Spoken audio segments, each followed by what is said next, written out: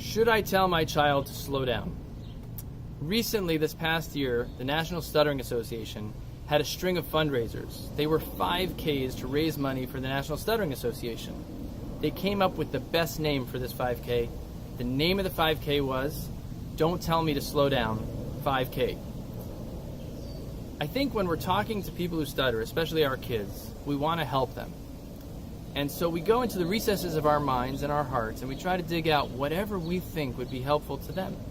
And one of those things that's kind of gotten in all our minds is if they would just slow down, if they would just think about what they have to say and prepare, if they would just take a deep breath, if they would just relax.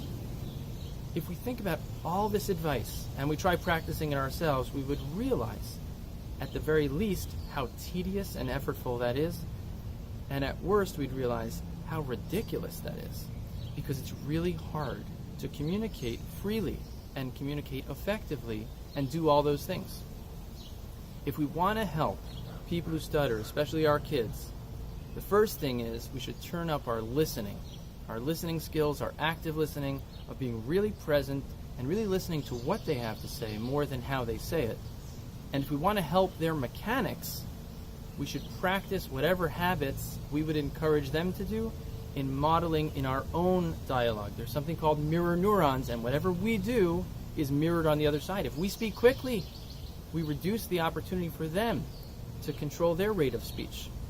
If we're anxious, we're going to raise the anxiety levels for them. So rule number 1, don't do things that you couldn't do yourself or wouldn't do yourself. And rule number 2, anything you want to see a child or another person do, if you model it, you will then see that reciprocated on the other side through these mirror neurons. Give it a try. It'll probably be better than telling them to slow down.